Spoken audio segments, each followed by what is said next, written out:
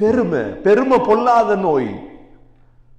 பெருமை இருக்குதே, கால் இல்லாத ஆம. அது எப்படி வரும்னு தெரிய. முஸ்லீம்கள்ட்ட பெருமை வாரது அபாயம். காஃபீர்கள்ட்ட பெருமை வாரத்தால தான் ஏற்றுக்கொள்றது இல்லை இஸ்லாத்தை.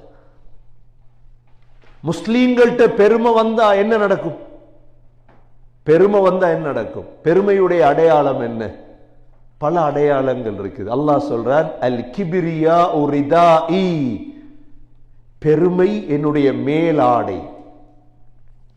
வல் அதமது இஸாரி, பெருந்தன்மை, நான் தான் பெரியவன், நெஞ்ச நிமித்தி நடக்கிறது, இது எந்த தன்மை அல்லாஹ் சொல்றார்.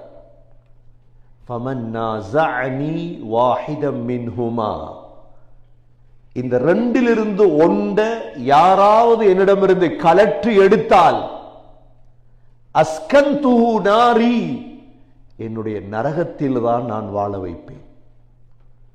அணுவளவு பெருமிருந்தாலும் போரிடம் நரகம்தான். இப்லீஸுக்கு என்ன நடந்தது?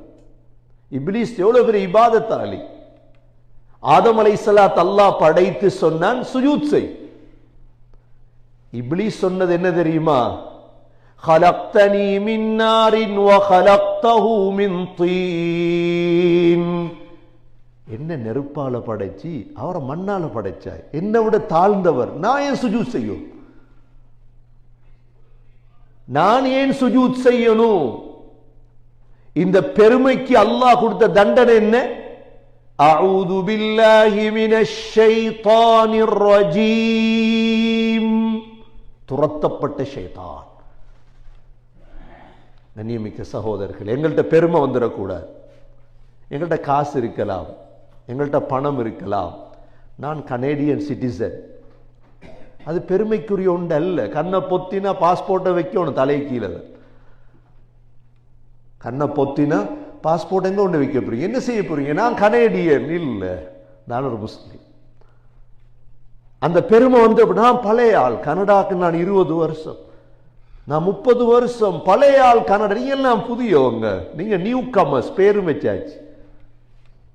அது ப்ரோக்ராம், நியூ கமர்ஸ் ப்ரோக்ராம். எப்படி இல்லை?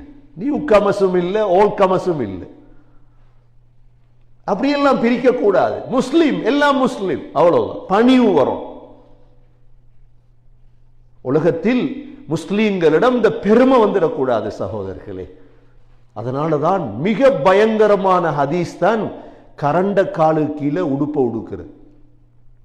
ஏன் கரண்ட காலு கீழே உடுப்ப உடுத்த ஹராம், நரகம் என்று வருது?